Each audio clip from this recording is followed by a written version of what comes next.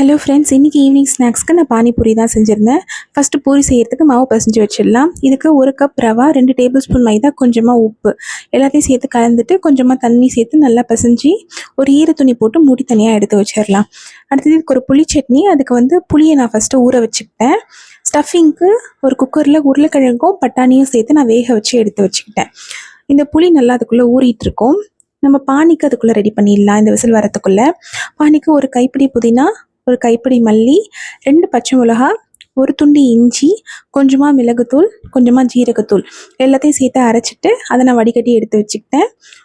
வேணுங்கிற அளவு உப்பு சேர்த்தாச்சு. இது நம்ம அரைச்சும் போது திக்காக இருக்கும். நம்ம தண்ணி ஊற்றி அட்ஜஸ்ட் பண்ணிக்கலாம். இந்த புளி அதுக்குள்ளே ஊறி இருக்கும். நம்ம புளி சட்னி ரெடி பண்ணிடலாம். புளியை நம்ம திக்காக கரைச்சி இதில் ஊற்றிட்டு 2 பேரிச்சம்பழம், கொஞ்சமாக வெல்லம் சேர்த்து நல்லா கொதிக்க வச்சிடலாம்.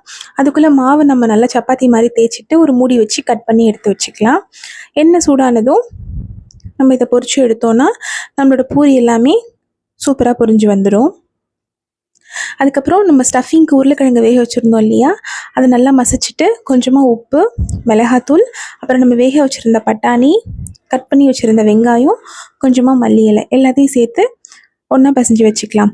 பூரியை லைட்டாக உடைச்சிட்டு நம்ம ஸ்டஃபிங் வச்சுட்டு லைட்டாக புளி சட்னி வச்சு அப்புறம் இது கூடவே பானியும் ஊற்றி நம்ம சாப்பிட்டோன்னா பானிபூரி சூப்பராக ரெடி ஆயிடுச்சு.